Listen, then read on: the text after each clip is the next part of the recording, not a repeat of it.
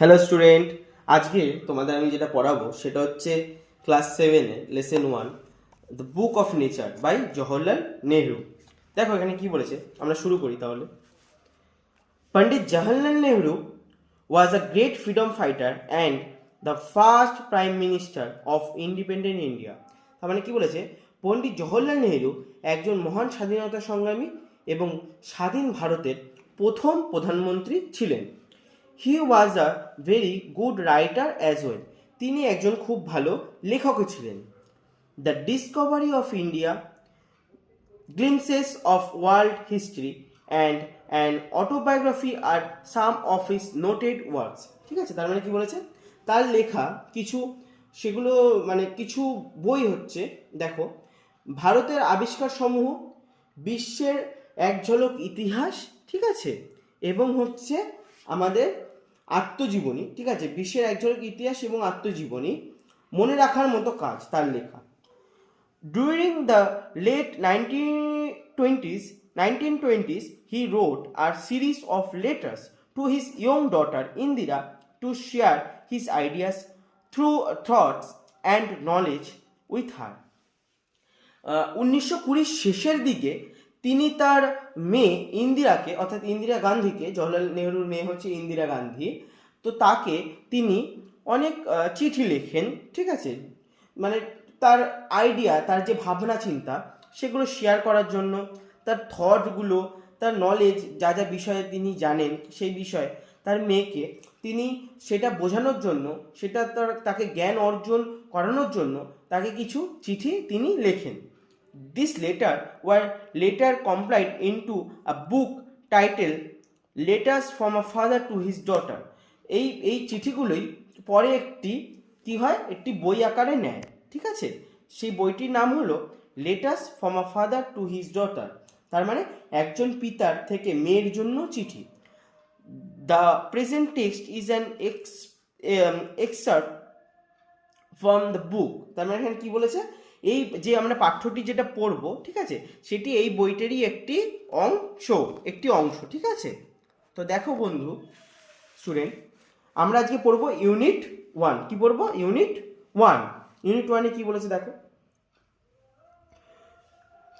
When you and I are together, you often ask me questions about many things and I try to answer them. তার মানে এখানে কি বলেছে, যখন তুমি আর আমি একসাথে থাকি তখন তুমি আমাকে প্রায় নানা বিষয়ে নিয়ে প্রশ্ন করো আর আমি উত্তর দেবার চেষ্টা করি। Now that you are at Mussoorie and I am in Allahabad, we cannot have these talks. তো এখন আছো তুমি মসুরিতে, মসুরি একটা জায়গার নাম স্টুডেন্ট, এবং আমি আছি এলাহাবাদে। আমি বলতে এখানে কে বলা হয়েছে, আমি বলতে কার কথা বলা হয়েছে? জওহরলাল নেহরুর কথা বলেছে, তার রাইটার জওহরলাল নেহরু। আর তুমি বলতে এখানে তার মেয়ে ইন্দিরাকে বলানো হয়েছে। ঠিক আছে, ইন্দিরাকে বোঝানো হয়েছে। তো ইন্দিরা রয়েছে মাসুরিতে আর জওহরলাল নেহরু যে কিনা রাইটার, তিনি রয়েছে এলাহাবাদে। তো দুজনের মধ্যে এরকম কোনো কথা হচ্ছে না। I am therefore going to write to you from time to time short accounts of the story of our earth and the many countries, great and small, into which it is divided. তার মানে কি বলছে, যে আমি তোমাকে সময় সময় ঘটনা বলবো আমাদের পৃথিবীর এবং বিশাল আর ক্ষুদ্র বিভিন্ন দেশ সম্পর্কে, যেমন হচ্ছে যেগুলো বিভক্ত হয়েছে আর কি। ঠিক আছে, you have read a little about English history and Indian history. তুমি ইতিমধ্যেই, ঠিক আছে, ইংরেজদের ইতিহাস এবং ভারতীয়দের ইতিহাস সম্পর্কে কিছুটা পড়েছো। ঠিক আছে, এখানে কে বলছে? জওহরলাল নেহরু তার মেয়ে ইন্দিরাকে বলছে। But England is only a little Iceland and India through a big country is only a small part of the earth surface. তার মানে এখানে কি বলছে, যে ইংল্যান্ড কিন্তু একটি ছোট্ট দ্বীপ আর ভারত একটি বিশাল বড় দেশ, তাও সে পৃথিবী পৃষ্ঠের একটা ক্ষুদ্র অংশ মোটেই। ঠিক আছে,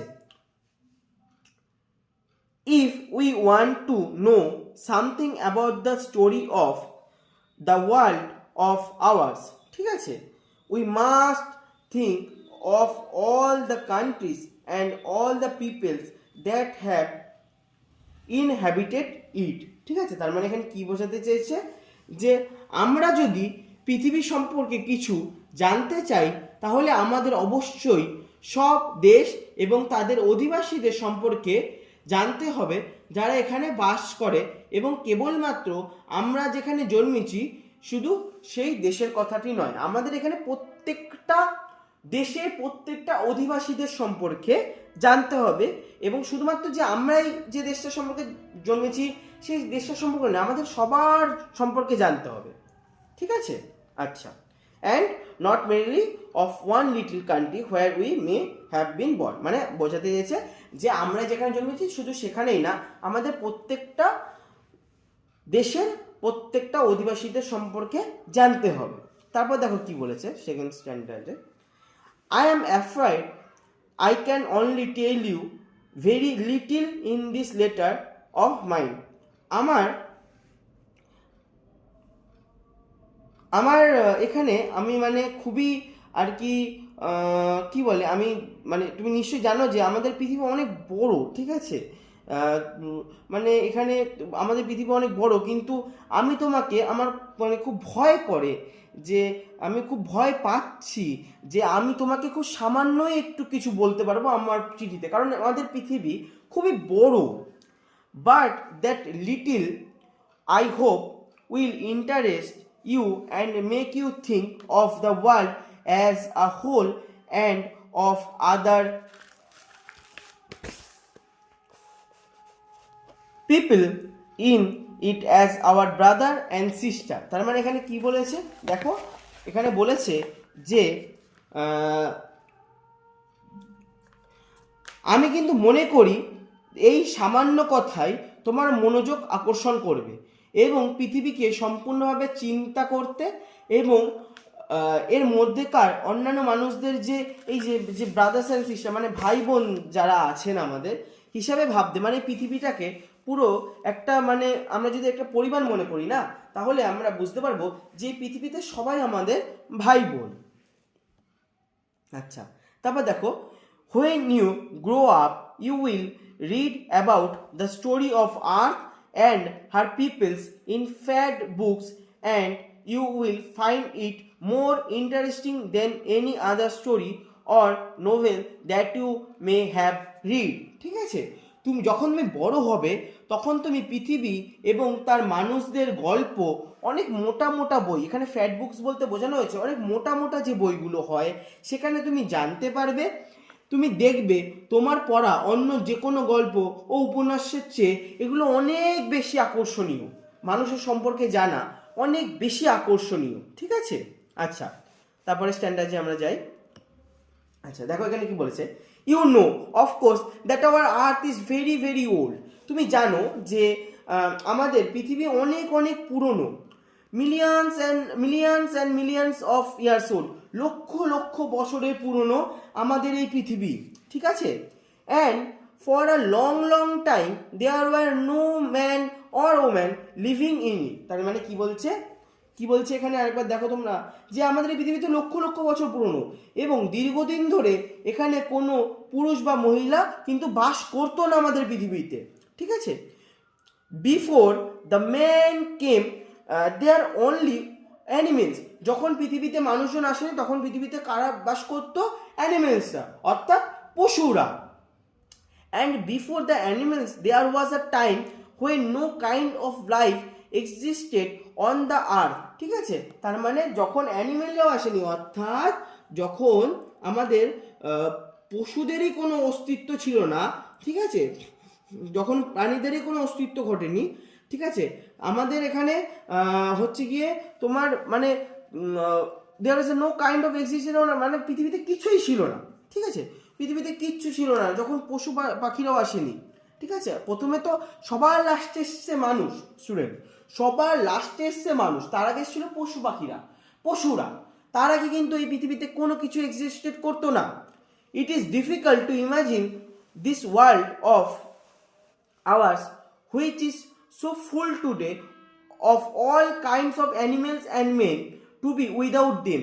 আমরা ভাবতেই পারি না, আমরা আমাদের এইতে বিশ্বকে কল্পনা করা কঠিন, ঠিক আছে, তাদের বাদ দিয়ে আমরা এখন ভাবতেই পারি না যে এত মানুষ, এত পশু পাখি, আমরা ভাবনা চিন্তাই করতে পারি না যে একটা কোনো পশু পাখি নেই, একটা কোনো পিপল নেই, মানে অর্থাৎ কোনো মেন ওমেন কেউ নেই, আমরা এটা ভাবতেই পারি না। বাট